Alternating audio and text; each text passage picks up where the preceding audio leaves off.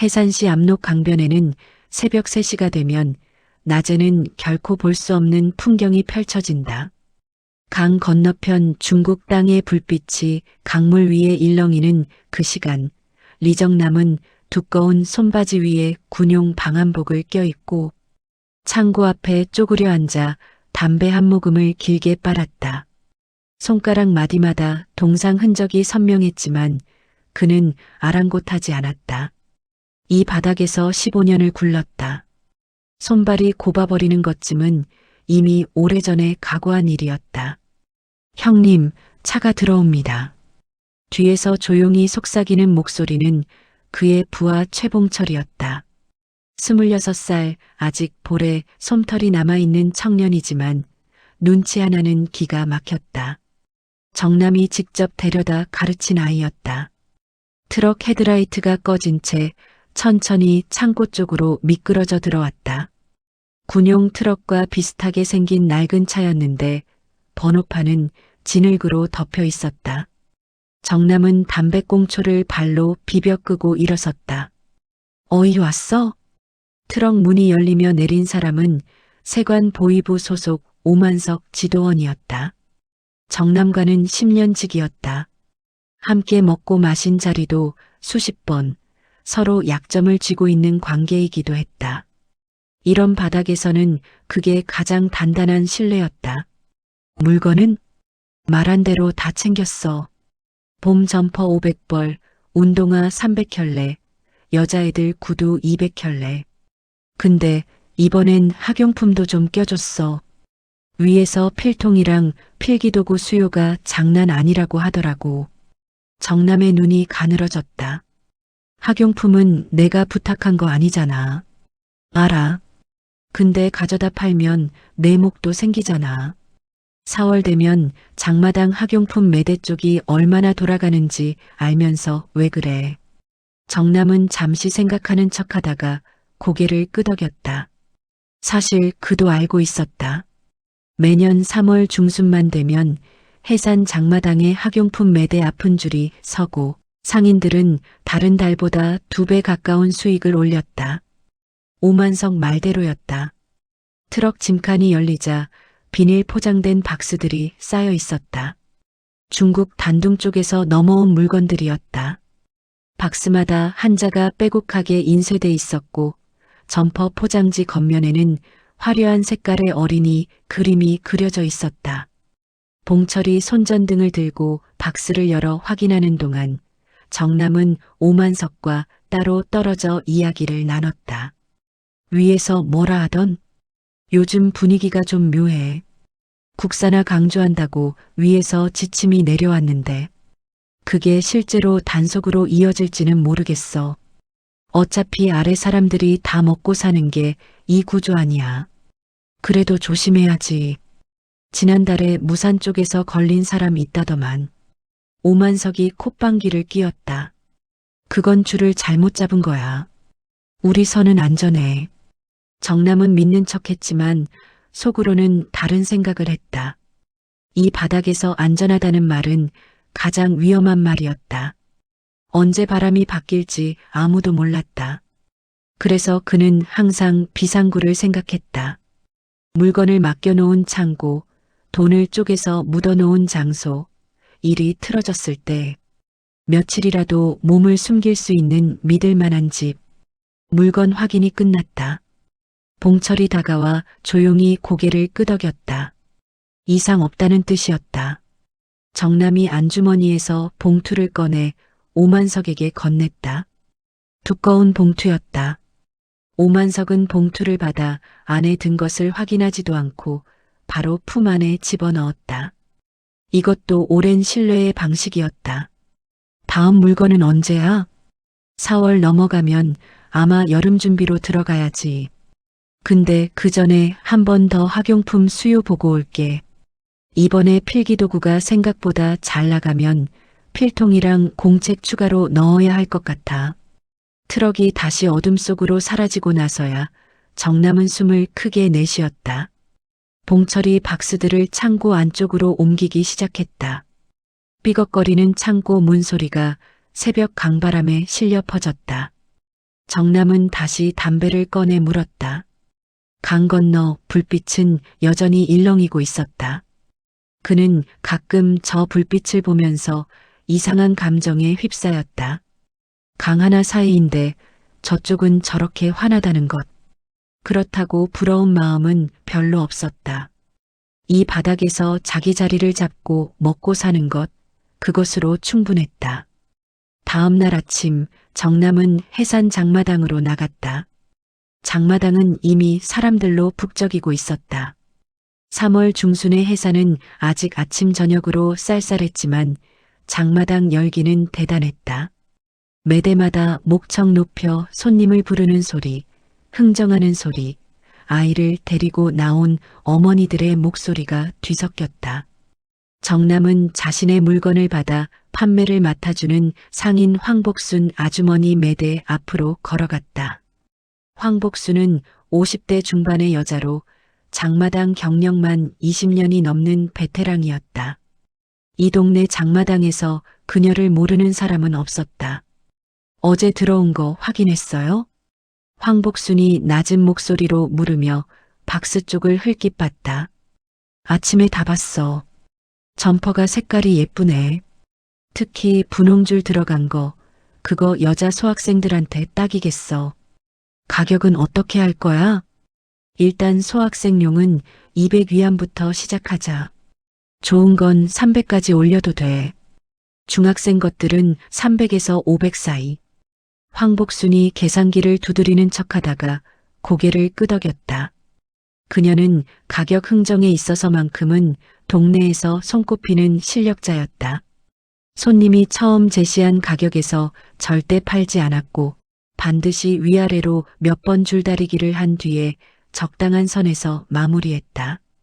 그래야 손님도 뭔가 이겼다는 기분이 들어서 다시 온다는 게 그녀의 철학이었다.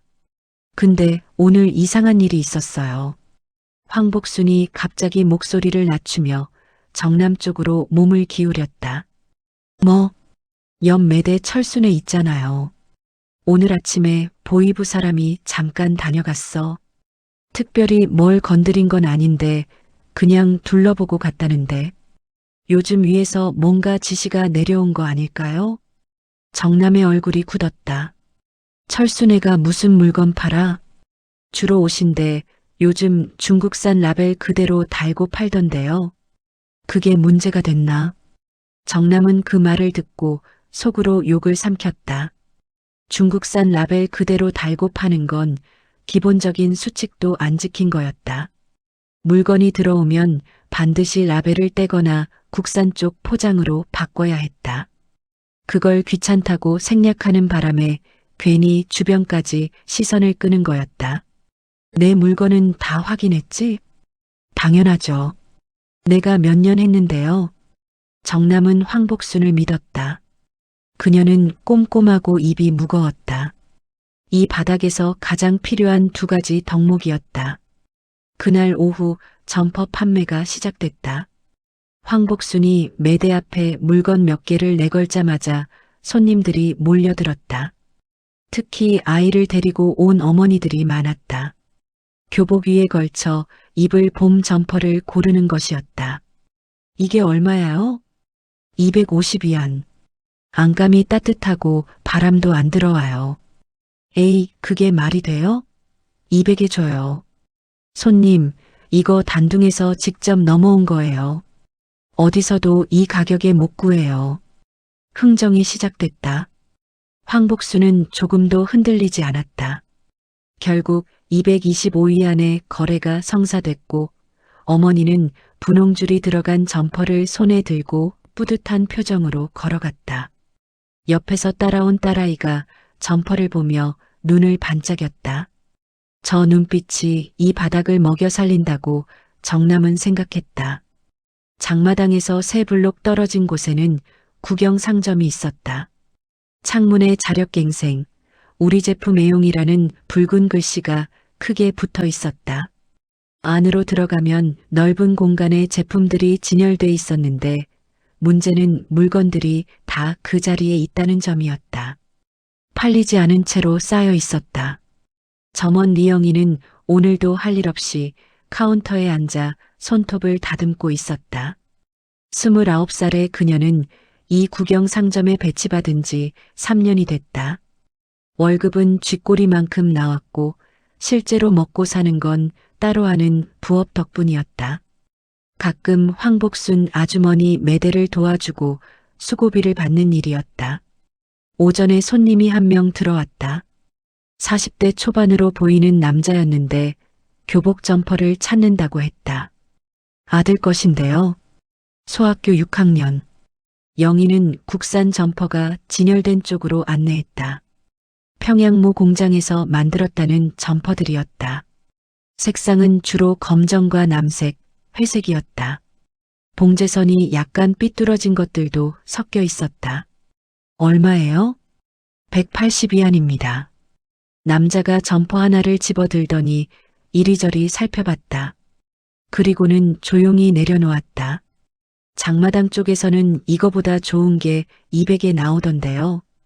영희는 할 말이 없었다. 그 말이 맞았다. 국산이 180이고 수입산이 200이라면 당연히 수입산을 사야 했다. 20위안 더 주고 확실히 좋은 걸 살 수 있는데 굳이 국산을 살 이유가 없었다. 저도 솔직히 그쪽이 좋긴 해요. 영희가 조심스럽게 말했다. 손님이 피식 웃었다. 그렇죠? 나도 알아요.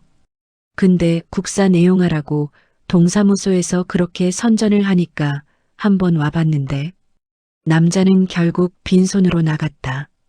영희는 다시 카운터에 앉았다. 오늘 판 것은 아무것도 없었다. 어제도 그랬고 그제도 그랬다. 사실 이 상점에서 물건이 팔리는 경우는 있었다. 가끔 가격이 워낙 싸거나 단체로 물건을 납품받는 기관에서 필요한 품목이 생겼을 때였다. 하지만 일반 주민들의 발길은 뜸했다. 이유는 간단했다. 질이 다르고 선택의 폭이 달랐다. 북한 당국이 국산화를 외친다고 해서 사람들의 인식이 하루아침에 바뀌는 것은 아니었다. 오래전부터 중국산이 생활 전반에 스며든 탓에 사람들에게는 중국산이 곧 좋은 것의 기준이 돼 있었다. 영희는 그걸 몸으로 알고 있었다. 자신도 집에서 쓰는 그릇, 옷, 신발 대부분이 중국산이었으니까. 그날 저녁 영희는 황복순 아주머니를 만났다. 장마당 골목에서 국수 한 그릇씩 앞에 놓고 앉았다. 오늘 점퍼 많이 팔렸어요? 아이고, 오전부터 사람이 줄을 서더라고. 특히 분홍 거 있잖아. 그게 없어서 난리야. 역시 중국 건 다르네요. 황복순이 국수를 후루룩 먹으며 말했다. 달라도 뭐가 다른지 주민들이 딱딱 느끼니까. 천두께도 다르고 색이 안 바래고 봉제도 튼튼하고 우리 국산이 좋아졌다 해도 그 차이는 아직이야. 근데 오늘 구경상점에 보이부 쪽 사람 들어왔다가 갔어요. 뭔가 단속 준비하나요? 황복순의 눈이 반짝였다. 어디서 들었어? 직접 봤어요. 2명이 들어와서 둘러보고 그냥 나갔는데 황복순이 잠시 생각하는 얼굴이 됐다가 작은 목소리로 말했다. 요즘 위에서 국산화 지침 내려온 거 알잖아. 근데 그걸 실제로 잡아들이는 쪽으로 가면 장마당 절반은 문 닫아야 돼. 그걸 모르지 않을 텐데. 그럼 눈 감아주는 거예요? 눈을 감아주는 게 아니라 이 구조가 돌아가야 위에서도 먹고 사는 거지. 세관도 먹고 보이부도 먹고 상인도 먹고 그게 다 연결돼 있는데 무턱대고 자르겠어? 영희는 고개를 끄덕였다. 그 말이 맞았다. 이 도시는 오래전부터 그런 방식으로 돌아가고 있었다. 공식적인 말과 실제 현실이 따로 놀고 그 간격 사이에서 사람들이 살아갔다. 그 시각 해산시 한 아파트 3층에서는 다른 일이 벌어지고 있었다. 박성일은 소학교 교원이었다. 아내 김명순과 2아이를 데리고 사는 평범한 가정이었다. 큰아이 박지혁은 소학교 5학년, 작은아이 박지은은 소학교 3학년이었다. 4월 새 학기가 2주도 채 남지 않은 시점이었다. 명순이 밥상을 차리다 말고 성일에게 말을 꺼냈다. 지혁이 점퍼가 작아졌어요. 작년에 사준 건데 팔이 많이 올라왔어. 올해 새 거 사줘야 할 것 같아요. 얼마나 해? 장마당 가면 좋은 거 200위안에서 300위안 사이라던데요. 지은이도 봐야 하고. 성일은 조용히 밥을 먹었다. 그의 월급으로는 빠듯한 숫자였다. 국가에서 나오는 월급은 기껏해야 생활비의 일부였고 나머지는 명순이 조금씩 장사를 해서 보탰다. 구경 상점에 가면 좀 더 싸지 않아? 명순이 젓가락을 내려놓으며 말했다. 거기 가본 적 있어요? 물건이 있긴 한데 애들이 싫다고 해요. 색도 칙칙하고 지역이 친구들은 다 중국산 입고 오던데 본인만 국산 입으면 아이가 주눅 들잖아요. 그 말이 성일의 가슴에 걸렸다. 교사로서 국산 애용을 가르쳐야 하는 사람이 자기 아이에게는 중국산을 사줘야 하는 현실. 그 모순을 그는 이미 몇 년째 안고 살아왔다. 알겠어. 이번 주 안에 장마당 한번 같이 가자. 지역이 옆에서 밥을 먹다가 눈을 들었다. 표정에 기대감이 역력했다. 그 눈빛을 보면서 성일은 생각했다. 좋은 점퍼 한 벌이 이 아이에게 어떤 의미인지. 새학기 첫날 교복 위에 말끔한 점퍼를 걸치고 학교 문을 들어서는 것, 그것이 아이에게는 온 세상이 달라지는 느낌일 것이었다. 다음 날 성일은 혼자 장마당에 들렀다.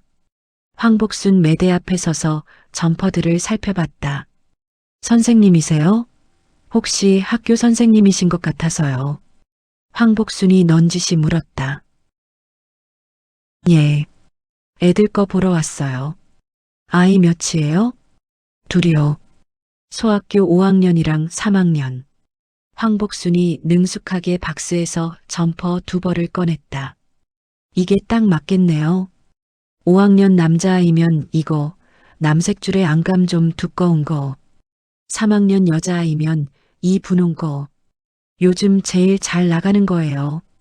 성일이 2벌을 손에 들고 살펴봤다. 천이 두꺼웠다. 솔기도 깔끔했다.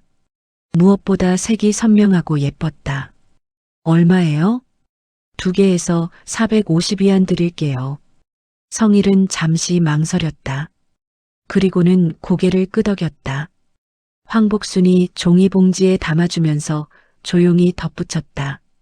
선생님, 요즘 애들한테 중국산이라고 하지 말고 그냥 좋은 점퍼라고 하세요. 아이들도 너무 일찍 세상을 알 필요는 없잖아요. 성일은 말없이 봉지를 들고 돌아섰다. 그 말이 왠지 오래 귓가에 남았다. 4월 1일 새벽 해산시는 이른 아침부터 분주했다.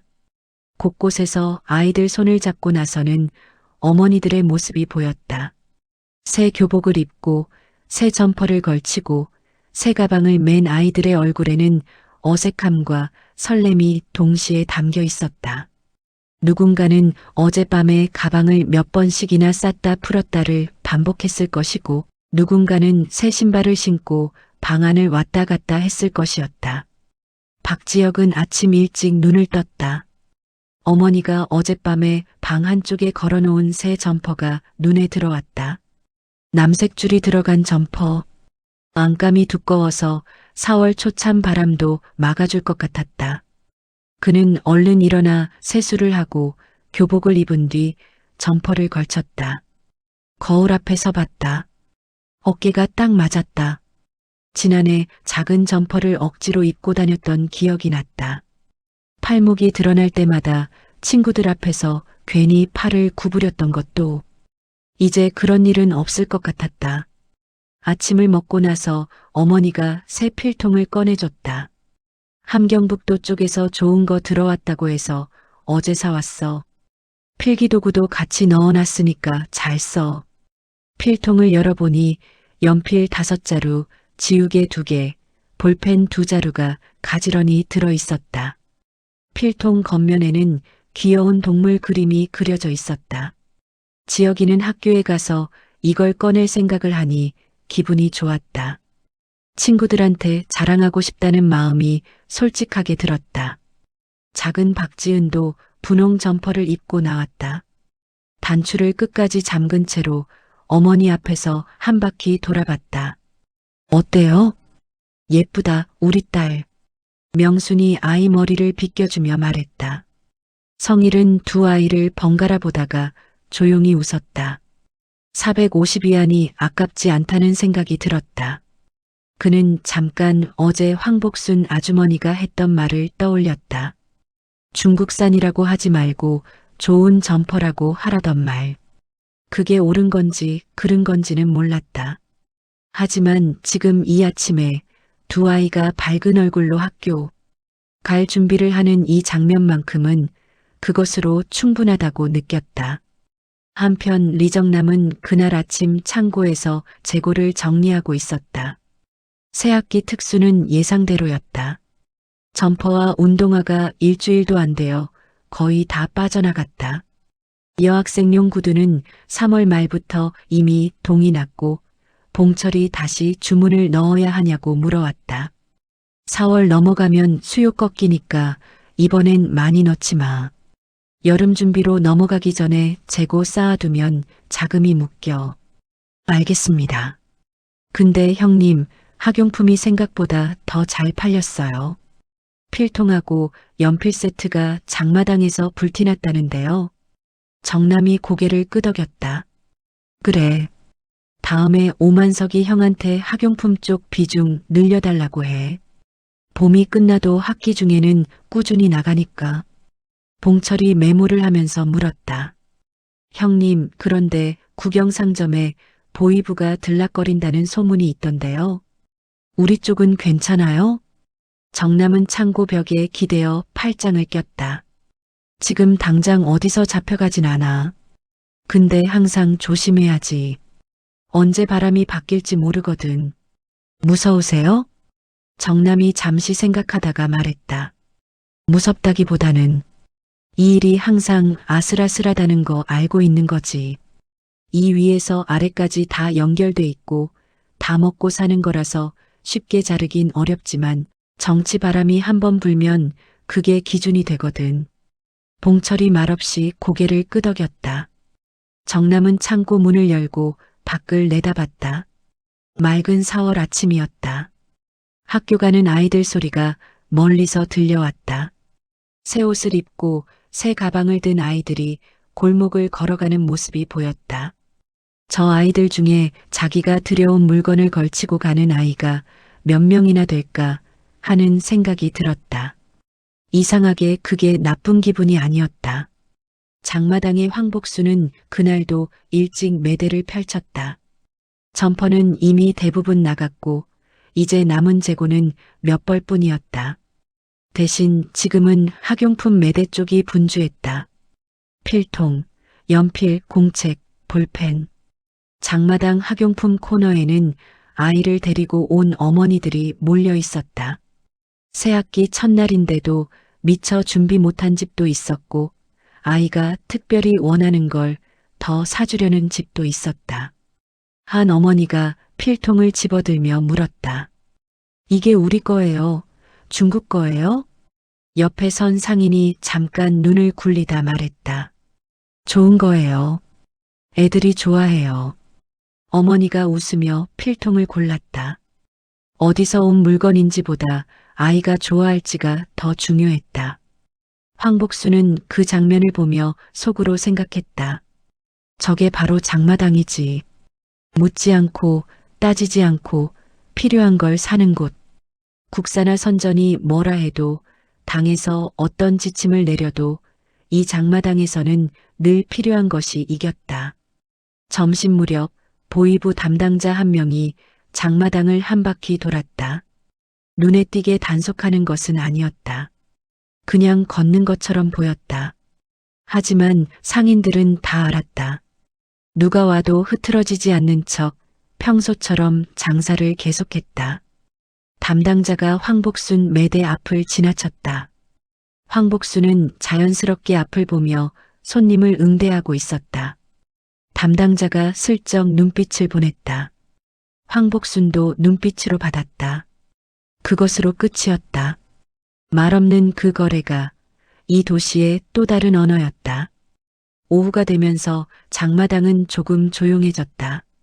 낮에 물건을 사러 나온 어머니들이 하나둘 빠져나갔고 새학기 첫날의 열기가 조금씩 가라앉았다. 정남은 봉철과 함께 창고 앞에 앉아 냉면을 먹었다. 장마당 안에서 파는 냉면이었는데 국수가 퍼석했지만 국물이 시원했다.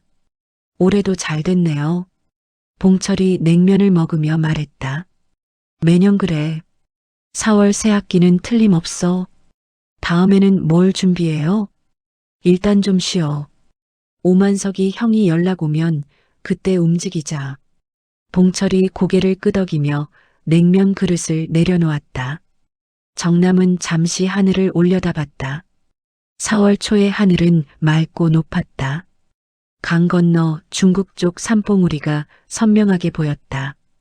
이쪽과 저쪽 사이 어딘가에서 오늘도 세상은 돌아가고 있었다.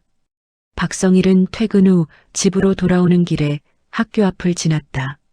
하교 시간이 끝난 지 오래였지만 운동장에서 아직 공을 차는 아이들이 몇 명 있었다. 그중 하나가 지혁이었다. 남색줄 점퍼를 입은 채로 운동장을 뛰어다니고 있었다. 새 운동화가 흙을 차며 달렸다. 친구들 사이에서 자연스럽게 어울려 웃고 있었다. 성일은 그 모습을 한동안 지켜봤다. 교사로서, 아버지로서, 그리고 이 도시에서 살아가는 한 사람으로서 그는 많은 것을 알고 있었다. 저 점퍼가 어디서 왔는지, 저 필통이 어떤 경로로 들어왔는지, 그것이 얼마나 복잡한 사람들의 손을 거쳐서 왔는지도. 하지만 그 모든 것보다 지금 저기에서 뛰고 있는 아이가 있다는 것이, 그리고 그 아이가 웃고 있다는 것이 오늘 하루에서 가장 선명한 사실이었다. 성일은 천천히 걸음을 옮겼다. 내일도 해산 장마당은 열릴 것이고 오만석의 트럭은 어느 새벽 또 창고 앞에 들어설 것이었다. 영희는 구경상점 카운터에 앉아 손님을 기다릴 것이고 황복수는 매대 앞에서 흥정을 계속할 것이었다. 봄은 짧았지만 장마당은 끝나지 않았다. 4월의 해산은 그렇게 또 한 해를 시작했다.